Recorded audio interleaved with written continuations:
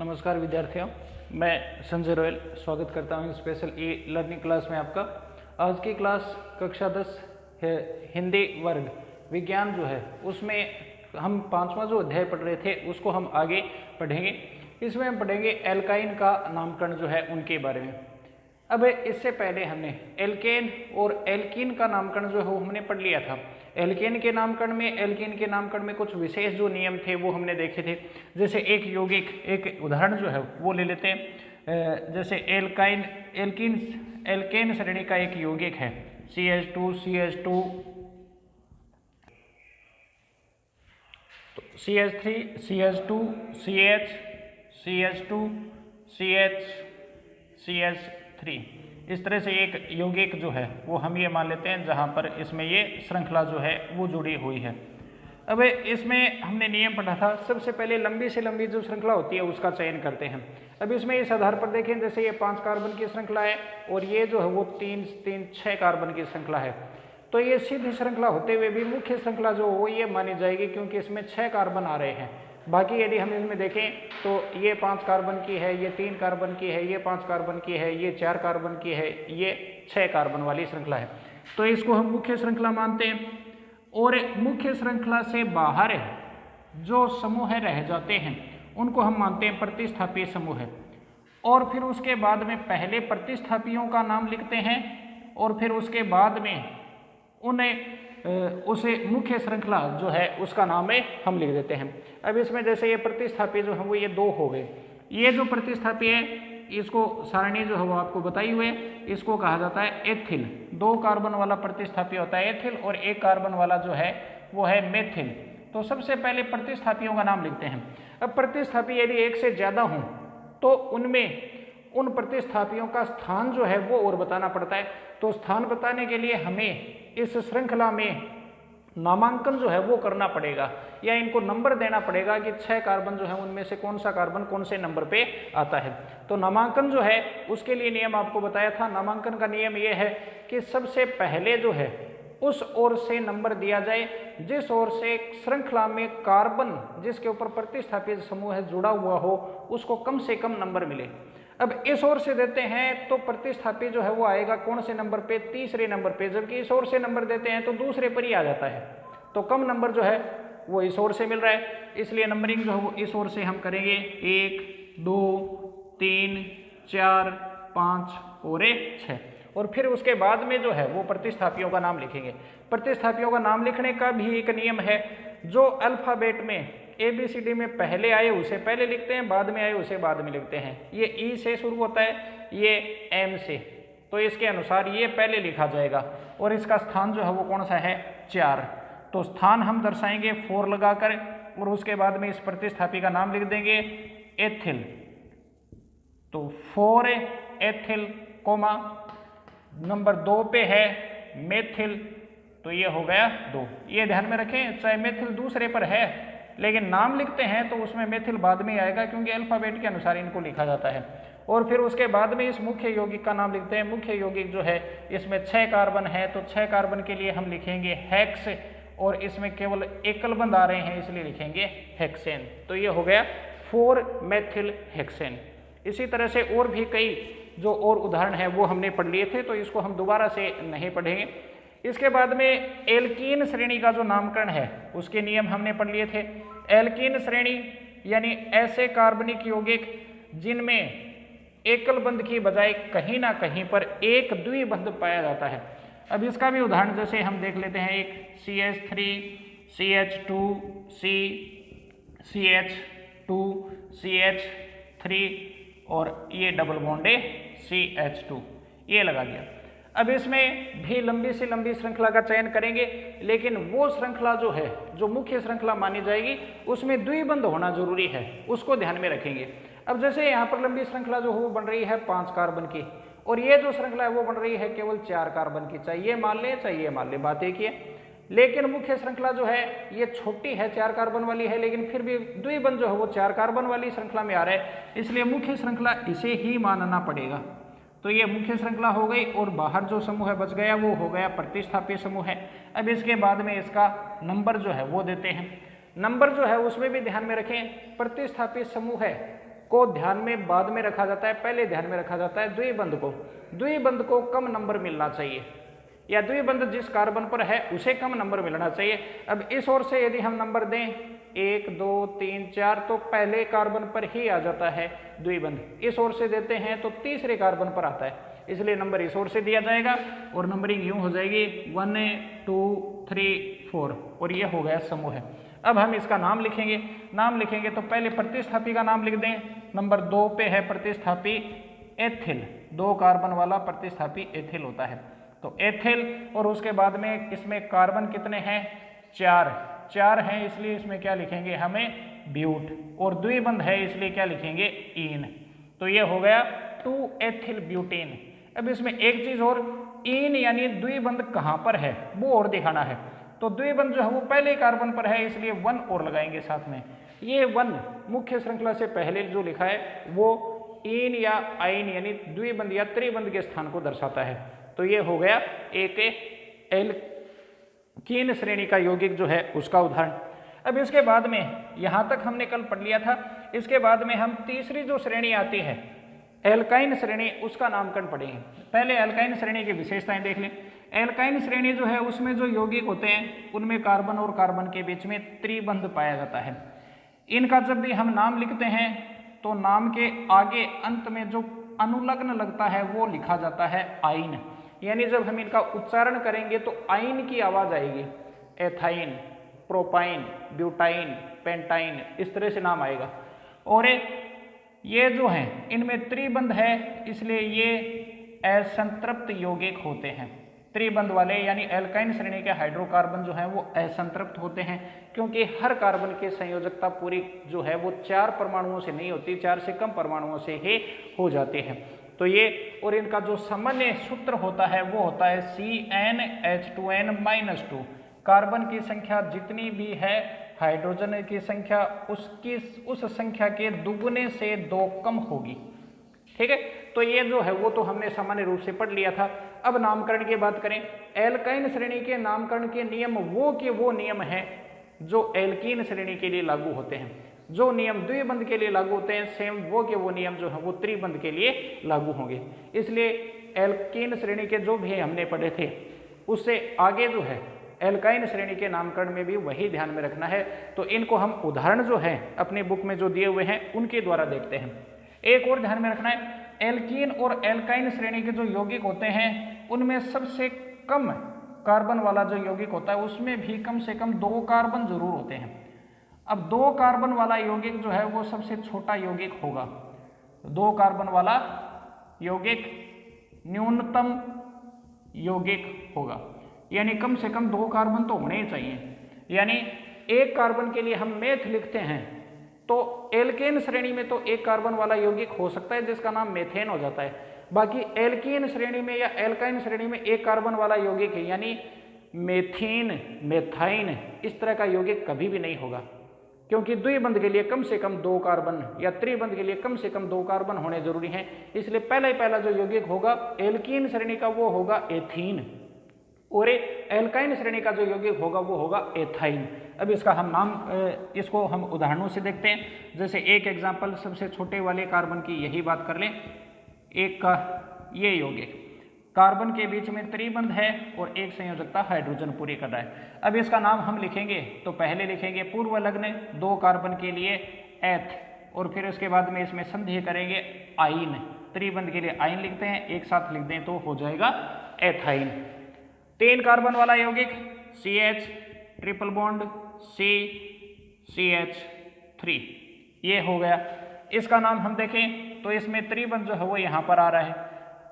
इसमें हम इसका नाम लिखेंगे तो लिखेंगे प्रोप और फिर आइन यानी प्रोपाइन।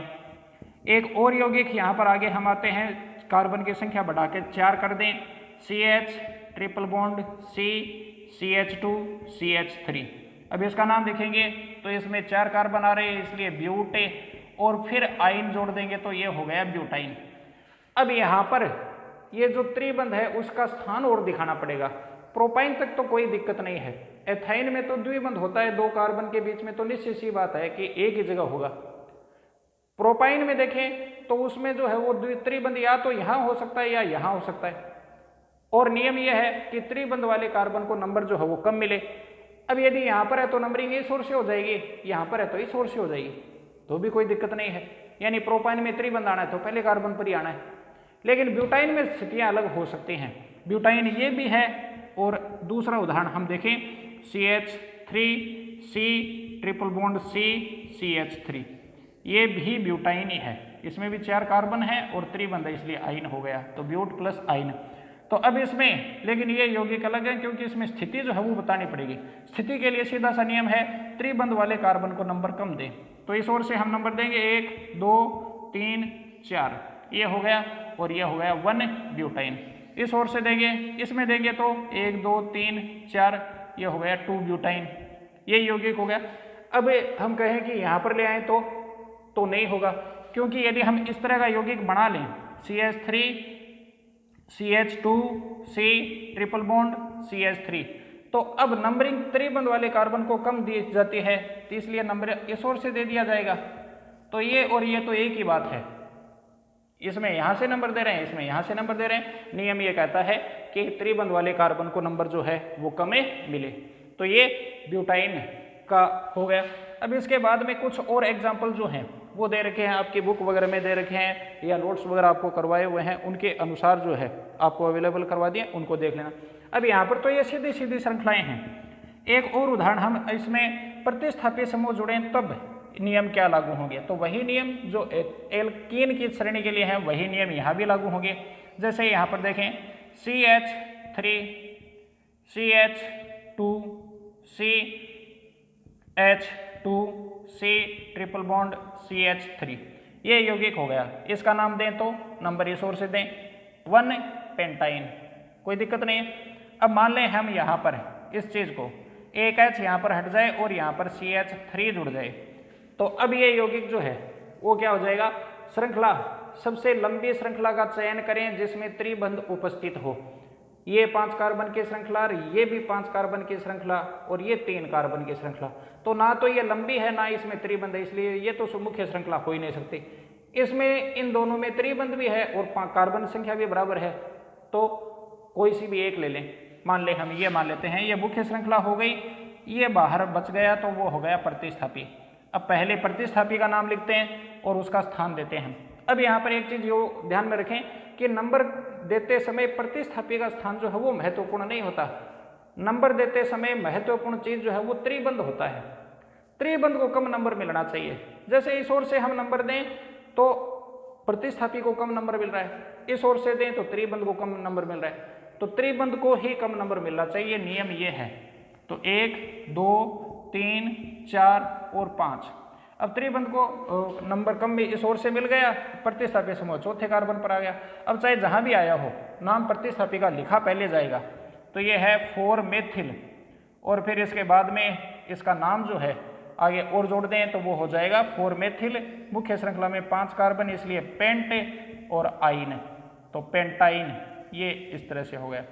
अब आइन यानी त्रिबंध का स्थान और बताएं तो वो हो जाएगा 1, पहले पर आ रहा है तो 1 हो गया, यहाँ होता तो 2 हो जाता। इस तरह से ये स्थान जो है वो दे दिए, यहाँ होता तो 3 हो जाता, इसके अनुसार देते।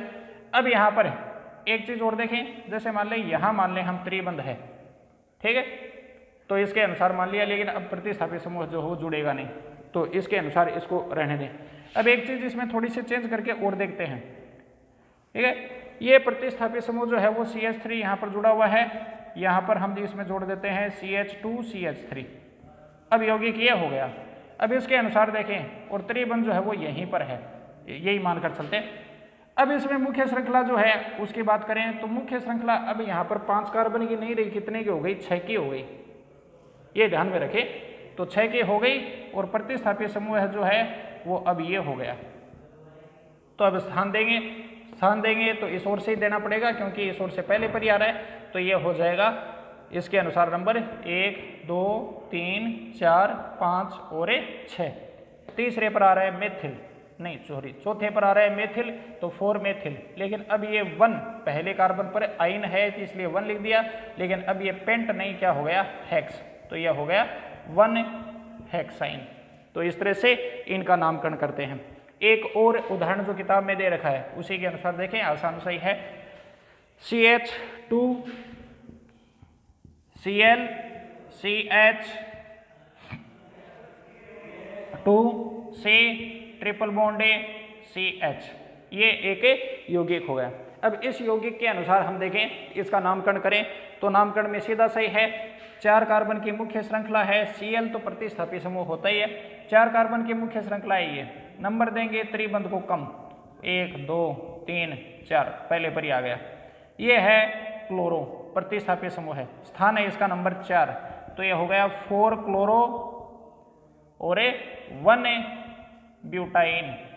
ध्यान में आ गया, ब्यूट है इसलिए ब्यूट, 4 है इसलिए ब्यूट, और त्रिबंध है इसलिए आइन, और त्रिबंध है पहले पर इसलिए 1 और लगा दिया, तो ये 4 क्लोरो 1 ब्यूटाइन। यानी इसमें ये उदाहरण इसलिए दिया है, विशेष इसलिए है कि इसमें प्रतिस्थापी समूह को नंबर कम देना चाहिए। वो जो नियम था एल्केन श्रेणी के लिए वो यहाँ पर लागू नहीं हो रहा है। प्रतिस्थापी समूह है, इस ओर से नंबर देते तो पहले पर ही आ जाता, इस ओर से लास्ट पे आया है, लेकिन आया है तो कोई बात नहीं, क्योंकि महत्व देना है किसको, त्रिबंध को। तो ये इस तरह से यौगिक हो गए। अब एक उदाहरण और जैसे देखें, यदि किसी श्रृंखला में त्रिबंध की संख्या 1 से ज्यादा हो, 2 या 3 हो, आप 2 तक का याद रख लें, 3 की कोई जरूरी नहीं है। अब उसके अनुसार यदि हम देखें, जैसे ये है CH triple bond C CH2 triple bond CH3, इस यौगिक की हम बात करें तो इसमें सीधा सीधा सा है, कोई प्रतिस्थापी समूह वगैरह तो कुछ है ही नहीं, तो सीधा सा है 5 कार्बन वाला यौगिक, इसलिए हमने लिख दिया पेंट, ठीक है। और बाद में त्रिबंध है इसलिए क्या लिख दिया, आइन, तो ये पेंटाइन है। लेकिन इसमें आइन यानी त्रिबंध जो है वो 2 जगह हैं, तो 2 जगह कहाँ पर हैं वो और बताएं, तो एक और से नंबर दे दें, इस ओर से दें तो भी एक ही बात है इस यौगिक के लिए, तो क्योंकि एक आएगा पहले कार्बन पर और एक आएगा चौथे कार्बन पर, और इस ओर से देंगे तो भी वही बात है, एक पहले कार्बन पर एक चौथे पर आ जाएगा। तो 1 और 4 पर 1 और 4 यानी 2 कार्बन पर क्या है, त्रिबंध है, और यानी आइन है, और इनको हम लिखते हैं 2 का मतलब होता है डाई, तो 1,4 डाई पेंटाइन, ये इसका नाम है। ये एक दूसरा तरीका और लिखने का हो सकता है, 5 कार्बन है इसलिए लिख दिया पेंट, और 2 जगह पर 1 और 4 इन नंबरों पर आइन है, तो इसको हम लिख देंगे 1,4 डाई आइन। तो आइन 2 जगह हैं, 2 जगह इसलिए डाई लिखा, 1,4 दिखाता है कि वो 2 जगह कहाँ कहाँ है, 1 और 4 पर है, तो ये 1,4 डाई पेंटाइन हो गया। तो इस तरह से ये यौगिक जो हैं इनका नामकरण जो है वो हमें करते हैं। तो इस प्रकार से हमने एल्काइन श्रेणी तक के जो यौगिक हैं उनका नामकरण जो है वो हमने पढ़ लिया। अब इसके बाद में आगे अगला जो टॉपिक है वो हम शुरू करेंगे, वो होगा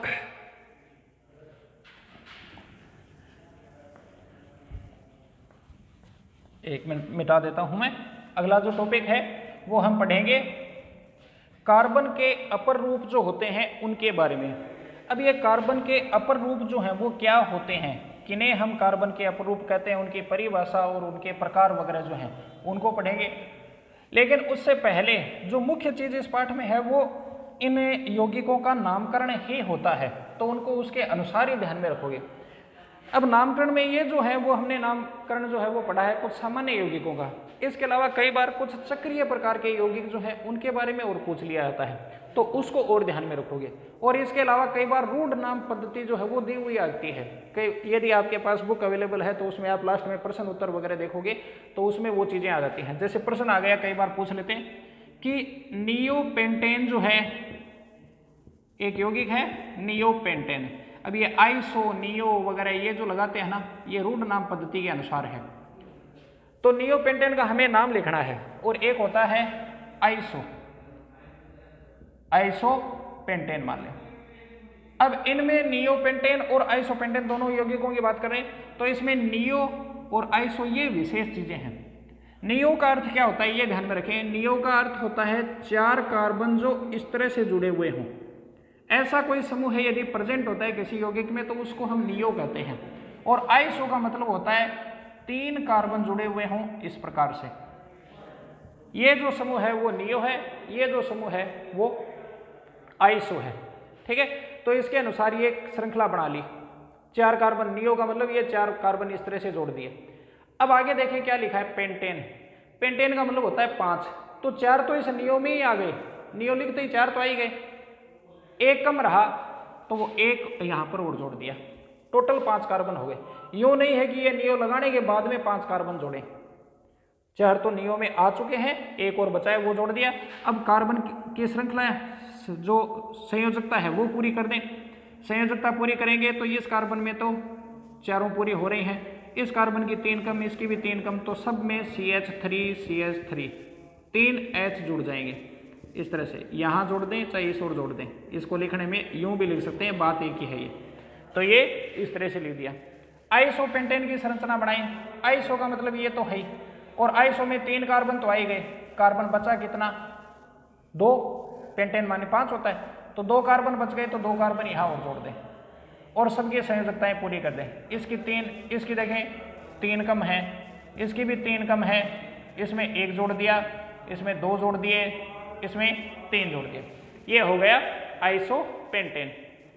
अब ये तो इनका सामान्य नाम है, रूढ़ नाम है, इनका IUPAC नाम और लिखना हो तो IUPAC का जो नियम है वो तो ये कहता है कि मुख्य श्रृंखला का चयन करो, तो मुख्य श्रृंखला तो अपनी ये बनती है 3 कार्बन वाली, चाहे किसी भी तरह से बना दें, ये हो गई प्रतिस्थापी समूह है।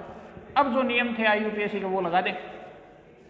समूह है, प्रतिस्थापी समूह है मेथिल, कितने 2, कहाँ पर 1 2 3, यूं नंबर दें तो दूसरे कार्बन पर 2 प्रतिस्थापी हैं, तो 2 डाई मेथिल ये लिख दिया, और इसका नाम है प्रोपेन। ठीक है, इसमें देखें 4 कार्बन 3 कार्बन, लंबी श्रृंखला ये होगी। अब नंबर दें जिस ओर से प्रतिस्थापी को कम नंबर मिले, 1 2 3 4, ये हो गया प्रतिस्थापी समूह। नंबर 2 पे आ रहा है प्रतिस्थापी समूह है मेथिल, तो 2 मेथिल, और आगे ब्यूट, मुख्य यौगिक का नाम दें ब्यूटेन, ब्यूट प्लस एन। ठीक है, और एग्जांपल जैसे देख लें, नाम मान लो आ गया आइसोहेप्टेन। ठीक है, आइसोहेप्टेन की बात करें तो आइसो का मतलब ये होता है CH3CH, ये तो आइसो में आएगा ही आएगा। ठीक है, और ये देख लें नियो हेप्टेन, नियो में आएगा ये CH3 4 कार्बन तो नियो में ही आ गए, बचे कितना, हेप्टेन का मतलब होता है कितना कार्बन है 7, तो 7 करने टोटल मिला के, यूं नहीं कि 7 आगे जोड़ दें, 4 तो ये हो गए, 3 कम रहे तो 3 जोड़ दें और उनकी संयोजकता पूरी कर दें, ये हो गया नियो हेप्टेन। इसका अब नाम रखेंगे, तो नाम रखेंगे तो उसमें मुख्य श्रृंखला 5 कार्बन की, 2 प्रतिस्थापी समूह आ गए, नंबर इस ओर से देंगे क्योंकि प्रतिस्थापी समूह वाला कार्बन 2 नंबर पर ही आना चाहिए, 1 2 3 4 5, इस ओर से आता चौथे पर, इस ओर से है दूसरे पर ही, और 2 पर 2 दूसरे कार्बन पर 2 मेथिल हैं, तो 2 2 ये 2 यानी डाई मेथिल। और अब मुख्य श्रृंखला 5 कार्बन की है, इसलिए यूं नहीं कि हेप्टेन लिख दें भूल से, 5 कार्बन की है तो क्या लिखेंगे प्रोप, और आगे मात्रा लगा दी एन की, यानी अनुलग्न एन लिख दिया, पूर्वलग्न अनुलग्न एन लिख दिया। ये देखें आइसोहेप्टेन, आइसो का मतलब 3 कार्बन हो गए, अब कार्बन बचे 4, CH3 मुख्य श्रृंखला देख लें 6 कार्बन वाली आ रही है, ये मान लिया प्रतिस्थापी समूह है नंबर 2 पे, इस ओर से देंगे तो दूसरे पर आ गया, नंबरिंग कर दी, 2 पर है मेथिल, और आगे लिख दिया कितने कार्बन गिने, यूं नहीं कि भूल से या जल्दबाजी में हेप्टेन ही लिख दें। अब IUPAC के अनुसार मुख्य श्रृंखला जो है उसमें कार्बन 6 ही हैं, इसलिए है ये हेक्स और एन। ठीक है, तो IUPAC के अनुसार मुख्य श्रृंखला का चयन करके वैसे नाम दिया जाता है, ये रूढ़ नाम पद्धति है। तो इस तरह के यौगिक दिए हुए आए तो उनकी संरचना बनाए पहले, फिर उनका IUPAC नाम लिखें। तो आइसोपेंटेन ये रूढ़ नाम है, यूं आ गया आइसोपेंटेन का नाम लिखिए, तो आप सोचोगे कि नाम तो दिया हुआ ही है, ये IUPAC नाम नहीं है, IUPAC नाम ये है इसका। तो इसके अनुसार बनाए और ये है इसकी संरचना। तो ये यहाँ तक हो गया। अब एक और विशेष प्रकार के थोड़े से यौगिक हैं, उनकी और बात कर लेते हैं। चक्रीय संरचना वाले यौगिक भी हो सकते हैं। जैसे एक उदाहरण से हम देखें, 1, 2, 3 और 4 ये कार्बन आपस में जुड़े हैं, संयोजकता तो पूरी होगी। अब इस तरह से ये यौगिक आ गया। अब इसमें हम देखें इसका नाम देना है। अब इसका नाम देना है तो इसमें सीधी श्रृंखला तो है ही नहीं, चक्र के रूप में आ रही है।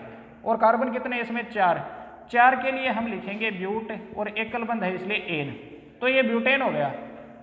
अब हम ये सोचेंगे ब्यूटेन तो ये होता है CH3 CH2 CH2 CH3, सही में ब्यूटेन तो यही है। इसमें होगा क्या, इसको हम यूं मोड़ दें, कोई सीधी चैन है उसमें लास्ट कड़ी पहली कड़ी वापस में जोड़ दें तो चक्कर बन जाता है, वैसे बनी है ये, ठीक है। तो इनको मोड़कर हमने मान लें यूं जोड़ दिया तो ये चक्रीय यौगिक बन गया।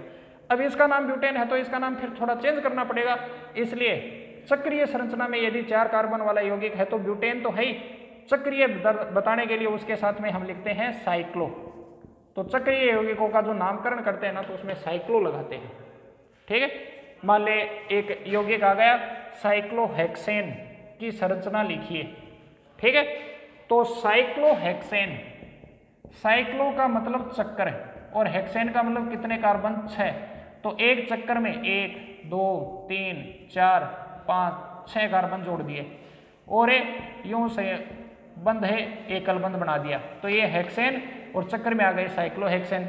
अब संयोजकता पूरी कर दें इस कार्बन की 2, हर कार्बन की 2 संयोजकताएं तो पूरी हैं, 2 पूरी करने के लिए H2 जोड़ दें, तो ये है साइक्लोहेक्सेन।